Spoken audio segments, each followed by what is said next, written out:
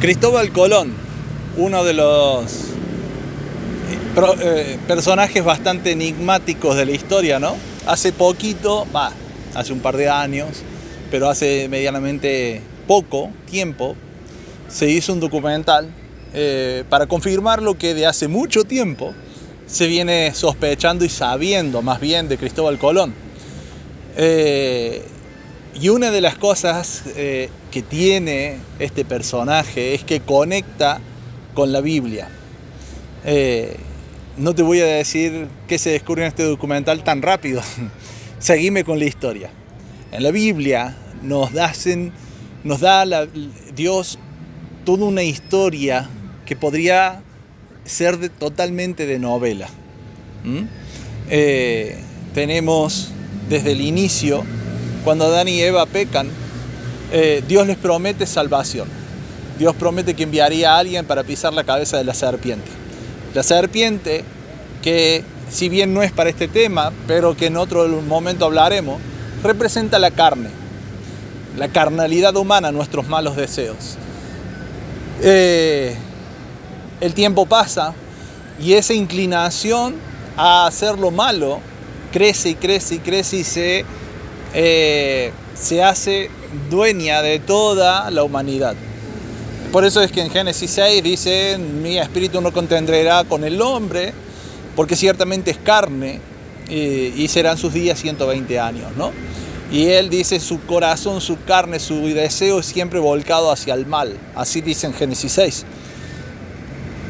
Y ahí viene el diluvio, y Génesis 6 nos cuenta de que existía una sola lengua en ese momento. Si existía una sola lengua, tenemos unas cuantas implicaciones ahí, porque existía una sola forma de hablar, una sola forma de pensar, una sola forma de hacer las cosas en general, ¿no? Y Dios a estos que estaban pensando lo mismo, haciendo lo mismo, esto como para que ustedes tengan en cuenta, no es que todos eran unos robots, o sea, como argentinos todos tenemos una misma idiosincrasia. Hablamos el mismo idioma y tenemos un mismo pensamiento general de que forma nuestra cultura, y a eso es a lo que me refiero que sucedía en Génesis 6. Y estos se unieron, pero no para para cumplir los mandatos del Señor, sino para ir en contra de Él. Y ahí es que ocurre lo de Babel. Ellos construyen una torre y dijeron: hagámonos un nombre para que seamos recordados en contra de Dios. Y ahí Dios confunde sus lenguas y surgen los idiomas. De acuerdo a la interpretación bíblica, sabemos que por los hijos de Noé se crearon las naciones, 70 hijos, 70 naciones. Por tanto, en la Biblia el 70 es símbolo de la totalidad de las naciones de la tierra. Entonces, cuando Dios confunde las lenguas, lo próximo que va a pasar es que va a haber por cada lengua una idiosincrasia distinta, una cultura diferente, una cosmovisión diferente, una forma de ver, entender y transmitir el mundo diferente.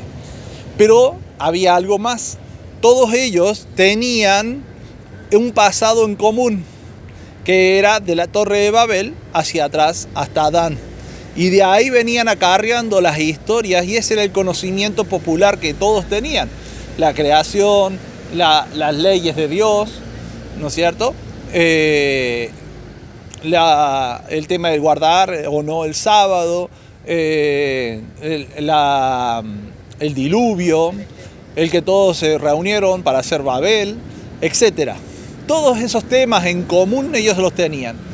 Y ahora eran llevados a todos lados del mundo. Cuando ellos se dispersaron, se crearon diferentes culturas, y en cada una de esas culturas ese conocimiento ancestral se tuvo que adaptar.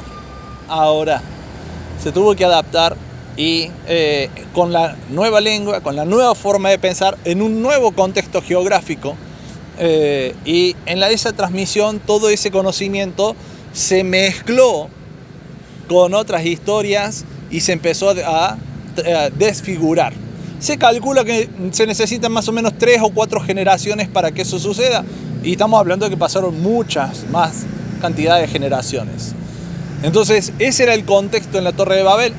Y todas esas que se dispersaron llegaron a todos lados del mundo, incluido América. Que la misma ciencia cree y entiende que pasaron por el estrecho de Bering, cuando se congelaba. Ahora, ¿cómo es que llegamos a Cristóbal Colón? Bueno, el tiempo pasa, Dios llama a Abraham, por medio de Abraham se forma una nación, la nación de Israel, y la nación de Israel es llamada a ser obediente a la palabra de Dios y por tanto, por medio de esa obediencia, ser un ejemplo para las demás naciones, para todos aquellos que habían sido confundidos en Babel y que todos vuelvan, reconozcan a Dios y vuelvan en obediencia a Él. Ese era el propósito de Israel, pero Israel no cumple como debía ser ese propósito y cae en idolatría. Por causa de esa idolatría, la nación se divide en dos. Cuando Salomón muere, la nación se divide en dos y teníamos la casa de Judá, la casa de Israel, o reino del sur, reino del norte, o Manasés y Efraín. Son todas las atributos que se le da a estas dos divisiones. Esta parte, la mayoritaria, que era la casa de Israel o reino del norte, cae en absoluta idolatría, creando su propio templo, sus propios dioses, creyendo que adoraban a Dios, crean sus propios dioses y caen en idolatría absoluta. Oseas denuncia eso y los toma como prostituta, los compara con una prostituta, porque Dios se había casado en el Sinaí, se había casado con ellos, simbólicamente hablando, claro. Y ahí le dice, yo fui como un esposo para ti y tú te fuiste con cuantos amantes quisiste, que eran todos esos dioses falsos. Entonces Dios le da carta de divorcio. Al darle la carta de divorcio, ellos ya no pertenecían más a esa tierra y por tanto también quedaban desprotegidos de él. Llega a Asiria y los conquista. Y la metodología de Asiria era llevar y desparramar a toda esa gente por su territorio, el territorio de influencia asirio. Una vez que Asiria hace eso, el profeta Oseas sobre el tema dice, de Dios, dice, los sembraré para mí en la tierra. Entonces Dios, utilizando el ejemplo de aquel sembrador que toma el grano que va a sembrar y lo avienta, lo tira hacia la tierra para que caiga y después crezca. De la misma manera estaba ocurriendo con ellos. Asiria lo desparrama por su territorio. Y cuando Asiria es conquistada una y otra vez, ellos también son llevados a otros lugares y se desparraman por todo lo que es Asia, todo el oriente, y llegan a Occidente de acuerdo al libro de Esdras, el libro apócrifo de Esdras, ya sea tercera o cuarta de Esdras, que también tiene ese nombre, o el Apocalipsis de Esdras también se conoce de esa forma. Y ahí dice que hubo un grupo de esas tribus que decidieron irse a una tierra donde no había habitantes y que para poder adorar a Dios y que nadie los molestara. Y dice que estaban después del Éufrates camino de 1 año y medio. Aproximadamente ese es el tiempo que llevaría caminando para llegar a Arzaret. Ahí lo dice en el libro, dice que es Arzaret. La mayoría de los historiadores antiguos toman este término Arzaret y lo aplican a América.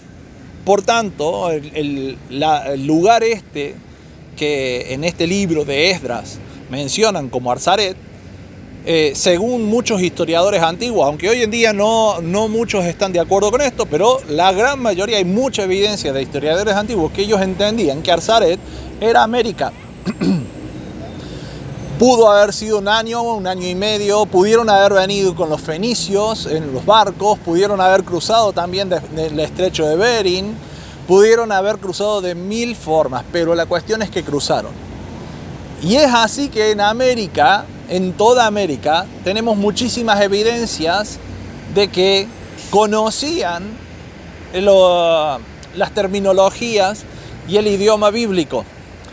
Incluso hay piedras escritas con palio hebreo antiguo, con los 10 mandamientos. Esto es allá por Nuevo México y por Estados Unidos. Muchas de las tribus indígenas tienen sobradas evidencias de esto. Entonces estos que vinieron empezaron, o suponemos que empezaron a influenciar al resto. No digo que crearon un nuevo idioma ni que les enseñaron hebreo, pero sí hubo una influencia que queda registrada en las lenguas. Por esa razón muchos no encuentran esas pruebas, porque tratan de encontrar lenguas que sean 100% compatibles con el hebreo. Pero no necesariamente tiene que ser así. Solamente con que haya un poco de influencia ya es suficiente. No es que vamos a encontrar un lenguaje ladino en estos lugares. Simplemente con tener algunas palabras prestadas para ejemplos específicos ya es suficiente. Y eso es la influencia de un par que llegaban a una sociedad que ya conocía de aquellos mitos, de aquellas historias que se transformaron en mitos, que venían desde la Torre de Babel y de antemano también.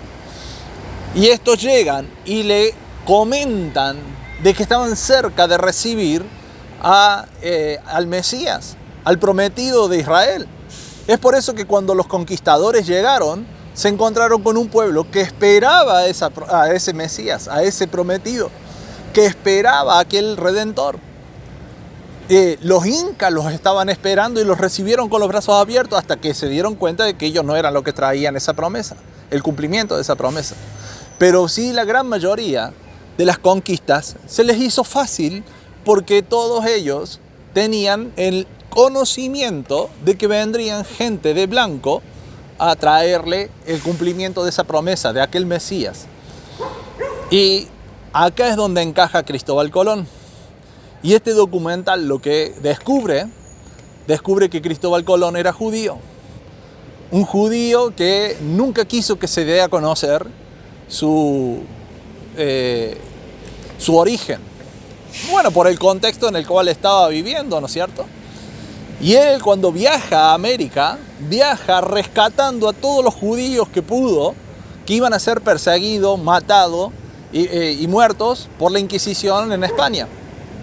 Los trae, y eso eran los que la historia nos cuenta que eran los criminales. Pero eran todos judíos que escapaban de la muerte segura que iban a tener allá. ¿Y por qué vinieron para acá? Ellos sabían de la historia de las 10 tribus que se habían venido para Arzaret. La conocían perfectamente. Llegan a América y lo que ven era justamente los rastros porque no había algo al 100%, pero sí los rastros de que esas 10 tribus estuvieron acá. Y ahí tenemos a Cristóbal Colón descubriendo este nuevo continente. Después llega la Inquisición, persigue a muchos caciques que tenían costumbres hebreas, llamándolos como judaizantes, o que tenían que cambiar eso. Costumbres, por ejemplo, de circuncisión, costumbres, por ejemplo, de purificación ritual, costumbres de nazareato, que era el dejarse el cabello largo para consagrarse, costumbres que eran puras hebreas y tenían en las tribus, y ellos mismos los estaban identificando en esta zona. Todo eso vio Cristóbal Colón. Y estos criminales que traía Cristóbal Colón son los que en el Caribe se transformaron en los piratas. Claro, estaban totalmente resentidos con la corona, con España, que los hizo salir porque los iba a matar, por no dejarlos practicar libremente su fe. Y ellos se transformaron en los piratas, los famosos piratas del Caribe, con los huesos secos, ¿no es cierto? Que la calavera y los huesos cruzados, que hacía referencia a un video anterior que ya filmé, Ezequiel 37, el Valle de los Huesos Secos. Y el valle de los huesos secos en el Ezequiel 37 habla específicamente del momento en el que el Espíritu del Señor vendría de los 4 confines de la tierra a despertar a esas tribus que estaban perdidas. Y se iban a levantar y se iban a llenar de espíritu, iban a ser un ejército para Dios. Y eso está ocurriendo hoy. El Espíritu del Señor, el Consolador que Jesús envió una vez resucitado, aquel Pentecostés que inició allá en Jerusalén, hoy está llegando a los 4 confines de la tierra.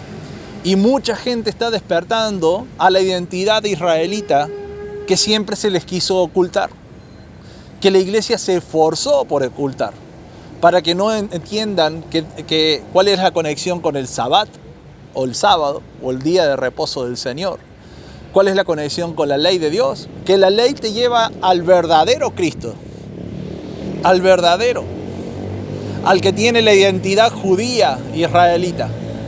Ojo, no se confundan, yo no estoy diciendo conviértanse al judaísmo. El judaísmo es la religión judía. Yo estoy hablando de la Biblia, donde los judíos están incluidos. No es lo único. No se centra la Biblia en judíos. Se centra en Dios y en el cumplimiento de lo que Él ordena para la salvación. Tenemos esta oportunidad. Todas estas tribus que están desparramadas por el mundo entero tienen la oportunidad porque están escuchando la voz del buen pastor. Y aquel buen pastor dijo: mis ovejas oyen mi voz y me obedecen. Ese mismo buen pastor dijo, cuando le preguntaron a qué vino, él dijo: no he venido sino a salvar las ovejas perdidas de la casa de Israel. No habló nunca de gentiles. Dijo las ovejas perdidas de la casa de Israel. El único que habló de gentiles fue Pablo. Pero claro, Pablo lo hablaba en el mismo contexto. ¿Por qué? Porque estas ovejas perdidas se perdieron porque Dios se divorció de ellos. Al divorciarse, se hicieron extranjeros, porque ya no pertenecían más a esta tierra. Extranjero y gentil es lo mismo en el idioma hebreo. Extranjero se dice goy, goim, que se traduce en el Nuevo Testamento como gentil, pero es lo mismo. Entonces, cuando Pablo le hablaba a estos, les decía: ahora ustedes que se asilvestraron como un olivo que plantado en el campo, ahora Dios los trae de nuevo y los injerta en el olivo original. Los vuelve a meter en la nación. Siguen siendo olivo porque siempre fueron las tribus perdidas de la casa de Israel. Y están en toda América. Están aquí, en Salta, representados con esto. En cada tribu que vemos, en cada costumbre que intentaron borrar. Pero que para Dios los tiene contados. Incluso dice la Biblia que tiene contado cada uno de nuestros cabellos. Incluso eso, ¿cuánto más va a tener contado a aquellos que Él atesora en su corazón? Y que en el libro de Oseas dijo: te llevaré al desierto y ahí te enamoraré, porque con amor eterno te he amado. Que Dios te bendiga y Dios te ama con amor eterno.